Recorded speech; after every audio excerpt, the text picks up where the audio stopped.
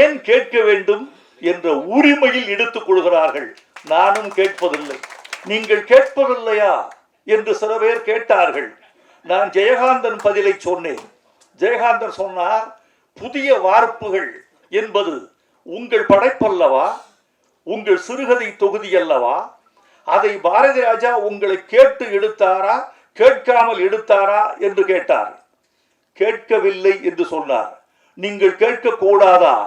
ஜெயகாந்தன் சொன்ன பதிலைத்தான் நான் உங்களுக்கு சொல்லிக் கொள்ள வேண்டும் என்று ஆசைப்படுகிறேன். ஏன் கேட்க வேண்டும்? இல்லாதவர்கள் எடுத்துக் கொள்கிறார்கள். இது ஜெயகாந்தன் சொன்ன பதில். அதைத்தான் நானும் சொல்கிறேன். எப்படியோ நல்ல வழியில் தமிழ் கொழிக்க வேண்டும், தமிழ் செழிக்க வேண்டும். உச்சரிக்கப்படுகிற போது நாவில் தேன் ஊற வேண்டும், செவியில் வந்து ஒரு தென்றல் வீசிவிட்டு போக வேண்டும், மனதில் ஒரு கிளர்ச்சி உண்டாக வேண்டும். நல்ல